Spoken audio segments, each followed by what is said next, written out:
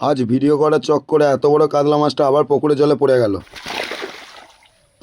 Hello বন্ধুরা, আমি কার্তিক। সকলে কেমন আছো? আজ দু কর্তাকে নিতে বাইক নিয়ে বেরিয়ে পড়লাম। কোথায় যাচ্ছি জানো বন্ধুরা? বলার আগে দাঁড়াও, 100 টাকার পেট্রোল পাম্পে থেকে গাড়িটাকে তেল ভরে নি, কারণ গাড়িটাতে তেল নাই। আমরা এসেছি কোথায় জানো বন্ধুরা? আজ শনিবার কুসুমগ্রাম হাটে শপিং করতে। শপিং নয়, ফুটপাতে মাল কিনতে, কারণ আমাদের মতো গরিবদের এইটাই শপিং মল। আর বন্ধুরা, মেয়েদের জিনিস কেনা জানো তো যে ঘন্টা 2-3 দেরি হবে, তাই আমি ভাবলাম যে আমি কতক্ষণ দাঁড়াবো, তাই ও মাথা থেকে একবার ঘুরে চলে এলাম। দিয়ে এসে দেখছি যে গিন্নির মাল কেনা কমপ্লিট। আর আমাকে বলছে যে তুমি কোথায় গিয়েছিলে? আমি বললাম যে ও গিন্নি, আমি হাটের ও মাথাটা একটু ঘুরে ঘুরে দেখছিলাম। দিয়ে গিন্নি বললো যে ও ঠিক আছে। তারপরে দু কর্তাকে নিতে বাইক নিয়ে বাড়ি চলে এলাম। বাড়ি ঢুকি সোজা চলে গেলাম ঘরে। ঘরে গিয়ে জামা প্যান্টটা ছেড়ে ফেললাম। তারপরেই গিন্নি দেখালো এই জামা প্যান্ট দুটো। বললাম কার গো? তোমার জন্য, তোমার জন্মদিনের গিফট। আমি গিন্নিকে বললাম যে ভাদ্র মাসে 1 তারিখে তো আমার জন্মদিন হয়ে গেছে। তখনই বললো যে ও আমার সেই দিনকে পয়সা ছিল না, তাই আজকে কিনে দিলাম। তখনই মনে পড়লো যে ও পরশু দিন তো অন্নপূর্ণা ভান্ডার তুলে এনেছে, তাই আজকে আমাকে কিনে দিল। যাই হোক, তারপরে জালটা নিয়ে চলে এলাম পুকুর পাড়ে। দিয়ে এসে ঝড়াম করে মেরে দিলাম। কিন্তু বন্ধুরা, জাল তো গোল ভাবে পড়ে, আমার দেখো 4 কোণ ভাবে পড়েছে। তারপরে কিছুক্ষণ পর জালটাকে তোলার পর দেখতে পেলাম গুদাপাড়া একটা কাতলা মাছ পড়েছে। আর আমার মনে তো প্রচুর আনন্দ হচ্ছিল যে কাতলা মাছটা দিয়ে পেঁপে দিয়ে পাতলা পাতলা করে ঝোল হবে।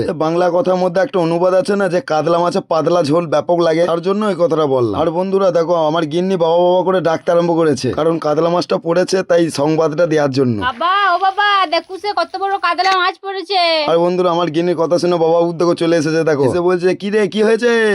এই কাতলা মাছটা পড়েছে, তাই তোমাদের বৌমা ডাকছিল। বললো ঠিক আছে। আর বন্ধুরা দেখো, কাতলা মাছটা সত্যিই লোভনীয়, আর সাদা ধবধবে, আর প্রায় কেজি খানা কি 1.5 কেজি হবে। দেখো কিন্তু বন্ধুরা, ঝোল খাবো বললি তার ঝোল খাওয়া হয় না, কপালে থাকতে হয়, ভাগ্যই থাকতে হয় যে ঝোল খাওয়া। আর মাছটা নিয়ে তোমাদেরকে দেখানোর জন্য ভালো করে পোজ দিচ্ছিলাম, আর দেখো কিভাবে চলে গেল, শ্রাত করে পালিয়ে গেল। তাই রেগে আমি পাহাড় ধুয়ে বাড়ি চলে এলাম। Tata bye.